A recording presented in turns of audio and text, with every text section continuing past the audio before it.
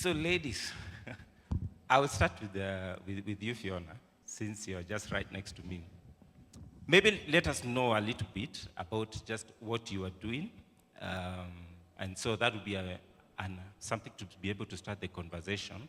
I know there are many things you're doing, and we have already been having some conversations around some of the things that you're already doing practically on the ground, that you are really making an actual difference, which is very exciting.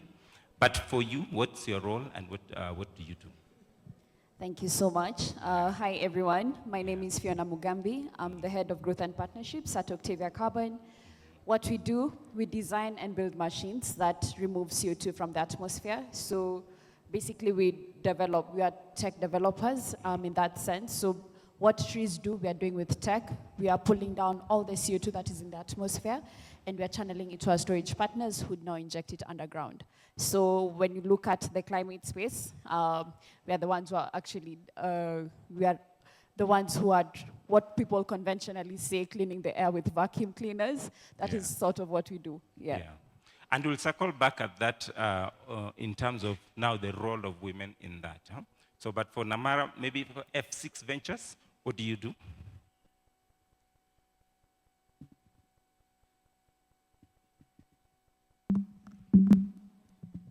All right, yeah, better. Yeah, thanks to the Africa Arena team for having me again this year, and thank you, Eric. Excited to be here. My name is Christine Namara. I am partner at F6 Ventures. F6 Ventures is a holding company for 6 different funds across the Middle East and North Africa. I sit on the Africa Fund, which is a $60 million fund investing in East, West, and North Africa. We are largely sector agnostic, largely country agnostic. Yeah, and I'll pause there. Okay. Yeah. For now. And now we'll be able to dive deeper into that. Let's hear from Angela, Diligence Africa. Hi, everyone. Hope you've eaten well and you're happy. I'm Angela. I am a partner at Diligence Africa. What we do at Diligence Africa, we provide risk intelligence solutions for venture capital investments, PE investments, but also nonprofits. That comes out in terms of investor readiness, due diligence for investment committees, fraud investigations where necessary, and also supporting with startup competitions. Yeah, so I'll leave it at that. Yeah. Thanks, Angela. And now to Christian, maybe just hold the mic. I'm interested to know, okay, if you see the title, what women are doing, leading the climate charge. I'd just like to know what specifically are you doing, being also a representative, what are you doing especially? And in your space, you're already seeing also women leading the climate tech charge. What's happening? What are women doing?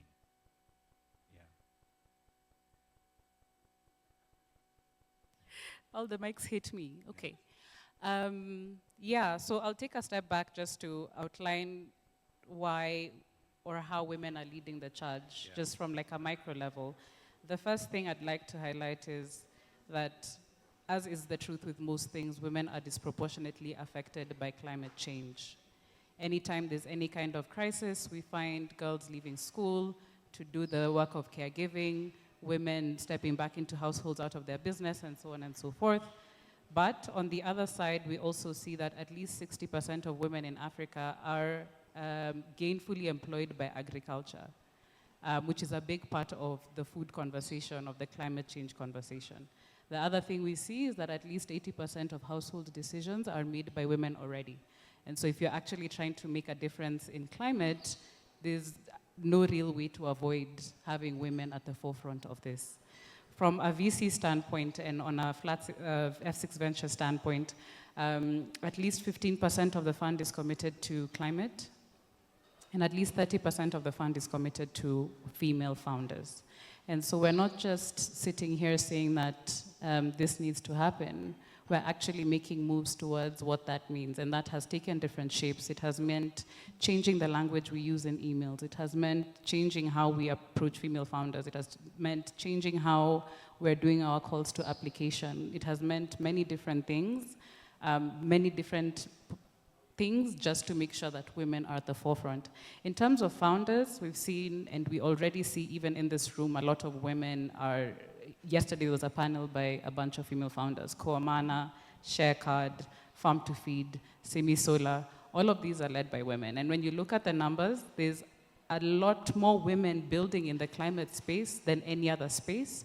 But the unfortunate reality is that there's less money going into that space, into female founders, than any other industry or allocation. So that's kind of what the reality is at the moment. Yeah, and just piggybacking on that discussion for Fiona, what do you think, why is it important? There's a mic.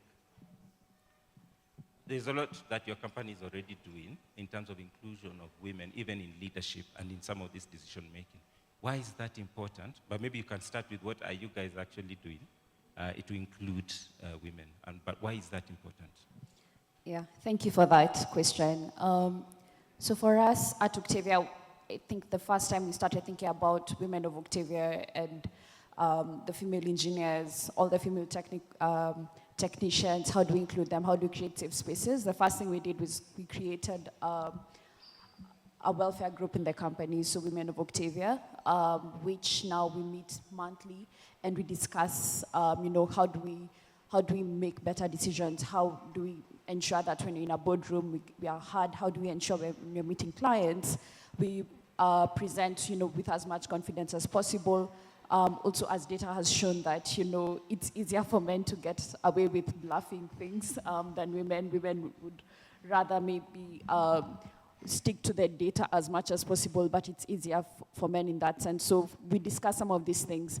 I think something that also came about with one of our investors, we were mandated to use a SIF scorecard. So basically what it is, it's a metric that it measures 6 vectors in your company, from women in leadership, women in power value chains. It also measures women in the board as well, and in women in various sectors, especially in the employment life cycle. Is it that men, how many applicants do you get, and how do you track women in that application cycle? So we measure a lot of these things, and one of the, we were mandated to get to a 4.0, it's usually out of 5. So even at the end of the year, we're seeing we are getting there. Now, the point of this scorecard is not to create quotas for companies to meet, but to help companies actually see your gaps. Where are you in terms of when you have decision makers? Do you have a diverse group of people to make well-informed decisions? So that is why we have the scorecard, to help us also eliminate biases in our company. Okay. So Christine has talked about the flow of capital. And Fiona's talked about the leadership, inclusion in leadership. Angela, there's a lot Diligence Africa is doing on the side of investability, like equip knowledge. Now we are dealing with the knowledge, yeah? Equipping the women-led ventures or the women founders to be investable. You're helping them with the due diligence so that they are not viewed with the wrong lens, because that has been a systemic barrier. Maybe just a little bit of what Diligence Africa is doing in that space, because I think that's very important. Happy to share any success stories that are there. Yeah. I hope you can hear me. Yes, great, fantastic. So tying to what Christine and Fiona were saying, for me, I end up finding myself on the side of talking to the founders directly. And I like communicating with them from the point of literacy, right? So at Diligence Africa, we actually made one program. It was specifically for women in tech. And one thing that came out of it that is tied to how access is a problem also on the side of the women is that very few applications are made. They'll put their foot forward less, and sometimes that will be because they don't even have the time to do it, They're tied up with many other things. So I try to bring in the element of let's first put ourselves in positions to win, right? Put yourself in positions to win by taking all the shots you can take, because you're going to miss every shot you take.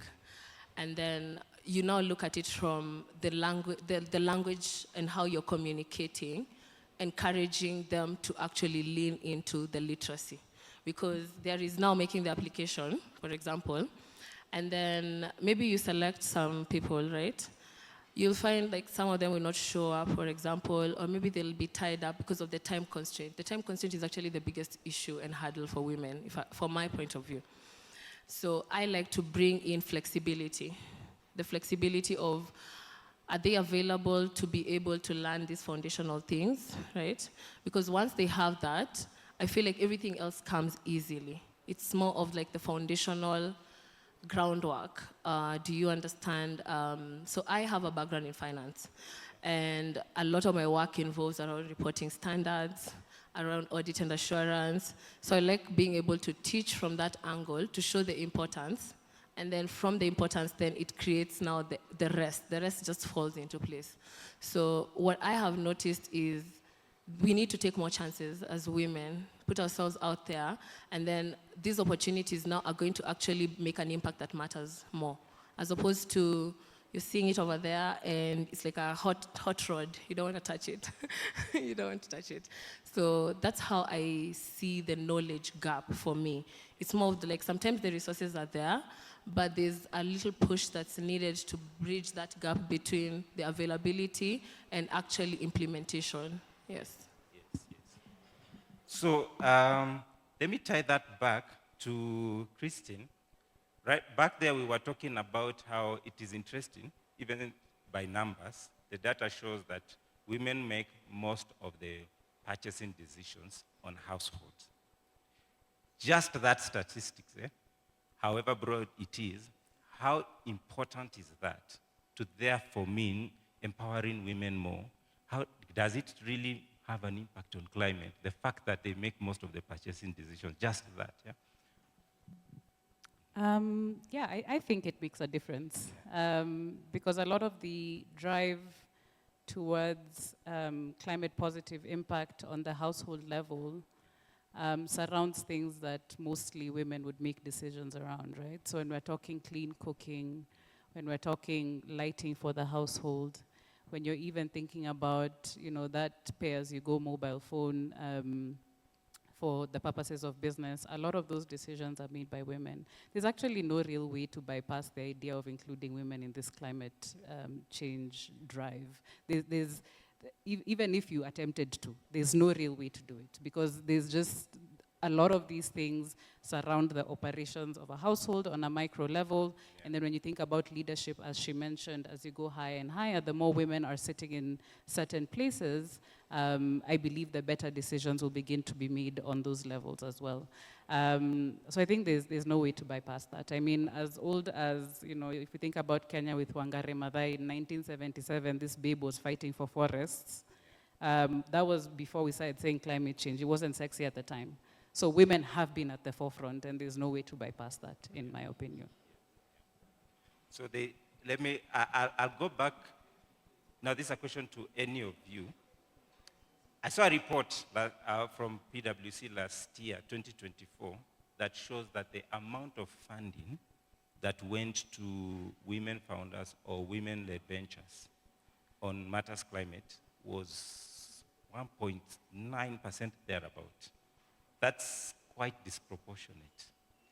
And yet, from your statement, they take the first impact, the direct impact of climate is on them. So I'm wondering, what do you think is causing such a disproportionate allocation of capital flow? And that's for any of you.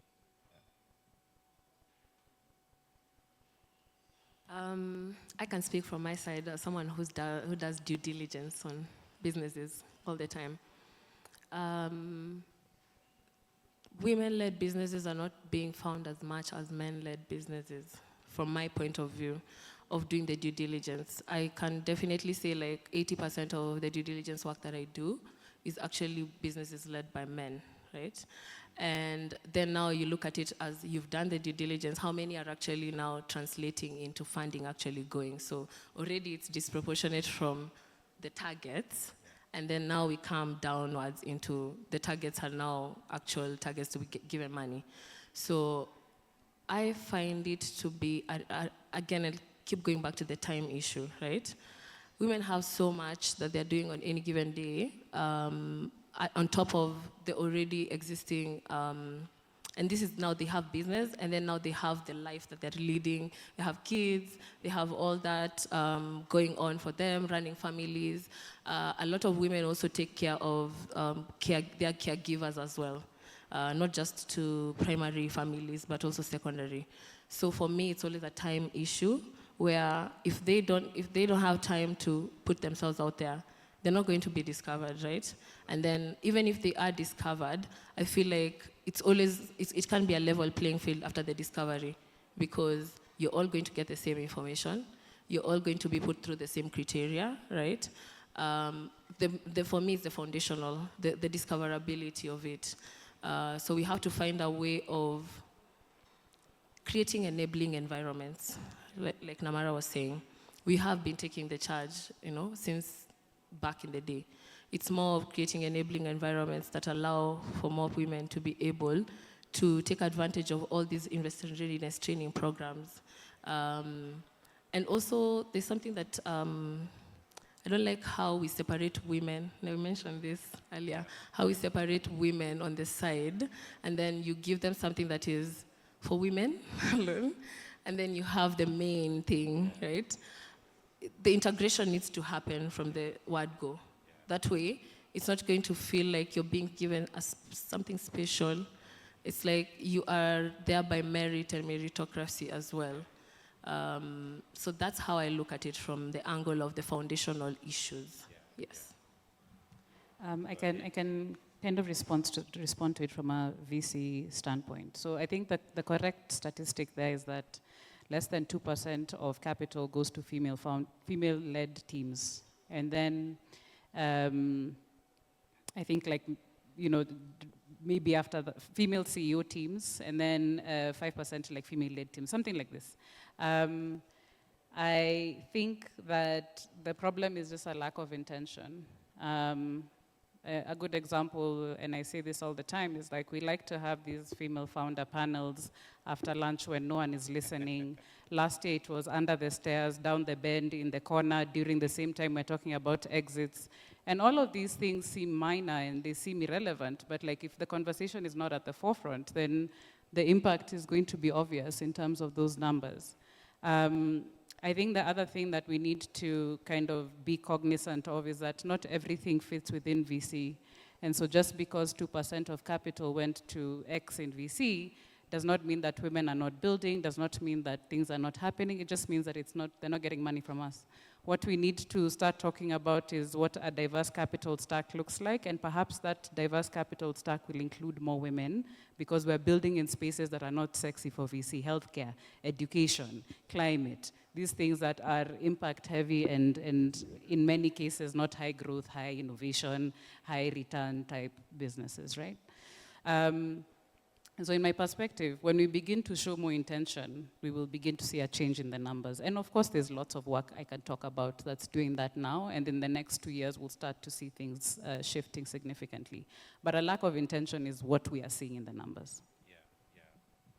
And Angela, you mentioned something. There's a discussion we had prior to this, so let me give you a bit of context. We had a discussion where we were evaluating awards that are given to women, maybe for impact they've made in climate tech and all. And then we were having an honest review. How impactful are those awards in terms of highlighting and bringing women to the forefront? And they had quite interesting opinions on that. But I'm happy to let you share them. Well, are we achieving the level of what's the word? Inclusion. Is it translating to inclusion? Or there's a better way we can do this? There's something, I think this is a discussion which has been hot, especially in Octavia as well, where we also invited the men, everyone to sit, and we discuss, things that look very tokenistic towards women. And there was one thing that was clear, and we all agreed that, especially even for women of Octavia, when we get there, it's based on merit. We are there by merit. We are reviewed by merit, and we don't want anyone to lower our standards. And that is the same thing, and we compared this to the same thing like the Nobel Peace Prize. And I think even the intention of creating this very different awards that go to women. I think the intention was so that to level the playing field, but that only makes sense if it's sports, where, of course, looking at the biology, of course, a man can't fight a woman. Okay, I'm not saying that, guys, do not quote me, but I'm just saying there are some areas where it makes sense to create that kind of separation, like sports, but if it's fields like science, women, you know, there's been so many women in our history and even today who do remarkable things, from Marie Curie to, you know, Wangari Maathai, people who actually won the Nobel Peace Prize, and they didn't have a select Nobel Peace Prize for women. So I only agree to inclusion or having these things if it helps women gain their confidence to apply for these things. But if it's a level playing field where we want to know by merit, we should not lower the standards for women. Yeah. Angela, you have a comment on that? Yes, I just wanted to add something related to what Namara was saying about intention, you know. I build structures for businesses and help them understand how to optimize, you know, how they're thinking around business optimization. And in leaning into trust, we also have to lean into that trust intentionally, right? I like saying when you're building out, like, let's say departments, for example, like a finance department, you have to think about your matrix of who actually makes decisions, right? And decisions can be who is responsible, who is accountable, you know, who is consulted, who is informed. And in those 4 different categories, I like to call it the RASI matrix. In those 4 categories, how much are you intentionally trusting women, you know? The more you do that, everything else will kind of like just lead itself into that meritocracy that even Fiona was talking about, you know? It will come naturally when we have that intention, and the intention is to be built through trust in women, yeah. There's a final point I would like each of you to comment, but before that, let me also give an opportunity to the audience. If someone has a question, maybe an important issue you think needs to be tackled, but we haven't talked about, yeah. So please, your name, organization or company, and then your question.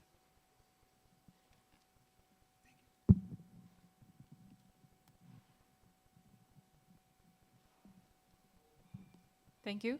My name is Sandra William, the founder of ShareCard. Our main focus is data intelligence and traceability for agribusinesses at the last mile, with a component that includes the farmers in the data loop. I think for me, I've been around conversation around women starting businesses and running businesses in Uganda for a while now, and I'm happy to see the shift from inspirational talk to more structural conversations that actually support women building knowledge in how to run their businesses. I think now one thing I'm very curious about is around how investors are seeing unconscious bias show up in fundraising conversation for women-led climate tech businesses, and what would you as investors do differently in screening of businesses that are asking for investment? Yeah, that's a really good question, and it also gives me the opportunity to talk about the work that's going on around investing in women in the VC ecosystem. And I can start by how we look at this internally. So the first thing is to remove bias, which is like, it's scientifically documented that women are asked different questions from men. We ask men about, like, how do you think you're gonna grow in the next 4 years? And then women, when you get married, what will you do? You know, so like, it's documented that we ask women these kinds of questions, right? So the first thing you do there is to remove the opportunity for bias by structuring your DD process. So no one gets different questions, no one gets a leg up, nobody gets, so for us internally, we have a scoring model that every startup goes through. It doesn't matter whence you're from or whatever. And we even think about as like narrowing down to, if we're interested in seeing more second-time founders, are we excluding women because there's not going to be many second-time female founders? So it's about that process. The second thing is including women throughout the process. So within my team, we have women doing the sourcing for startups. We have women who are sitting in the DD meetings. There's 2 women on the IC out of 4. So the entire process is involving women throughout. And I think that there's a lot more drive towards doing that. And even how we measure impact is not solely on how many female founders. We're like looking all the way down the value chain to how many women were in leadership in your team, how many women were then supported by your product, and so on and so forth. And all of this is kind of highlighted by in the 2X criteria. So we know that bias is there, and we're beginning to address that by structuring how we're doing our processes. The other things that are happening is there's a lot more LPs. So on a fund level, who we fundraise from, there's a lot of work going into, we just want to see more female GPs on these funds. And so people like Kuramo Capital are just like here supporting female GPs who are trying to invest in women and supporting female-led funds and all of these things. So there's like a deliberate series of things that are going on now. I think that we need to get to a place where, 1, we are acknowledging those things are happening, but 2, we are calling out people who are not doing those things and just saying shame, shame in the public square, and then being patient to see what the actions we're doing now do in the next year or so for women who are raising in the space. Thank you. Boki, you want to add on that? This is kind of like related to what she's saying. You see, the women involvement needs to cut across the board, right? And even as it's cutting across the board, it needs to be involved in the monitoring and evaluation portion of things, We can set up as many structures as we want. We can have as many policies and, like you're saying about the scorecard, because we do the same thing also in Diligence Africa. And actually we are 90% women-led in Diligence Africa, which is great for us. It gives us that nuance. But I think we need to also take it from the think and the plan to also the execute and involve monitoring and evaluation in the execute. Yeah. Because if we're not actually sitting down and evaluating and reviewing, this is what we've actually done. This is the progress we've made in the plans that we had to be more inclusive, to also be more intentional, like we've said, and to trust more women more. We need to be able to measure it and see it on an impact basis. Yeah. Okay. So, ladies and gentlemen, I wish we could take more questions, but the team will be around to be able to take more conversation. But here's how we will wrap up because of time. The thing about being involved in something, you get to know more about what you should do and what you shouldn't do. That's the beauty of being practical about something. So, for example, these women leading the climate tech charge, each of them is leading in their specific spheres, but inside there, they are now seeing things that can be done better because they are practical about it. I want to give them an opportunity to just, whatever success story you have, I just want you to make an invitation of something you think can be done different. And something you think can be done different to include more, so that we can be more inclusive for women. Yeah?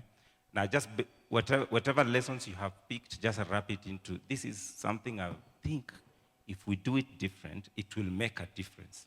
And now we are picking lessons because you're on the ground, you're doing it, you're actually making a difference. Yeah. So each of you will have a chance, just a minute, what can be done different from your perspective. Let's start from where the mic is, coming all the way to Fiona. Okay.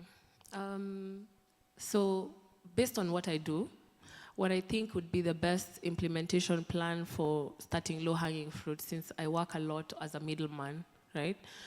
On the founder's side, I like to say, don't scale inefficiencies, Just start from the ground up with the right structures, with the right foundation. That financial literacy is very important because it allows you to bring technicality to your business from early on.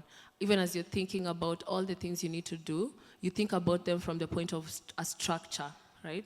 So I like to encourage more women to upskill and to allow themselves to learn new things and diversify your knowledge, because it's going to put you in better positions to answer certain questions from Namara when she asks them, You'll be able to connect with other engineers like Fiona very easily, It sets you up for success rather than failure. When you know more, you do more, and you know, yeah. So that's my part in short. Thank you. Thank you.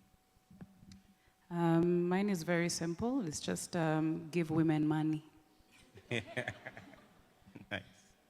I don't think mine is that simple, but I will just talk from our experience in Octavia, because Octavia is a very deep tech company, and one of the things that I just wanted to highlight this that I didn't get to highlight, we realized when we put out engineering positions out, what we find is that we have more men applying than women. And when we asked these women why they were not applying, it's because they were not maybe 60 or 70% qualified.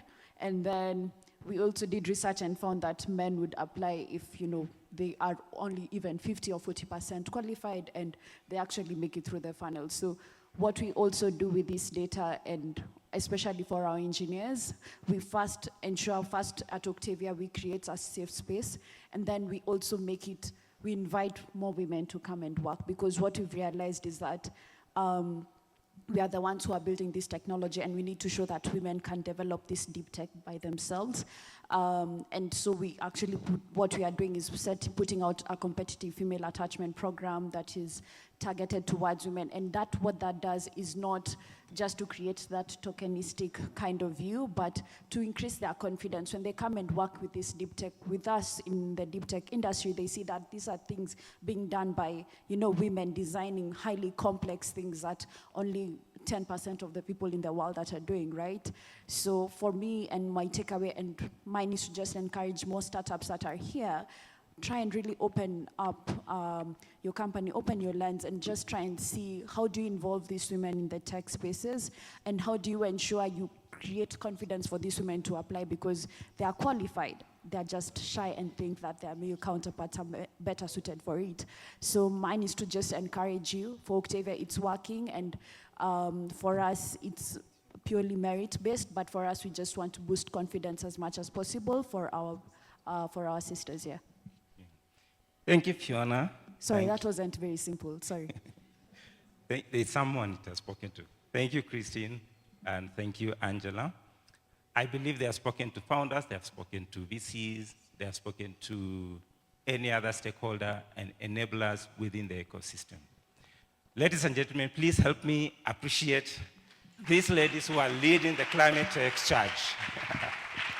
Okay, back to you.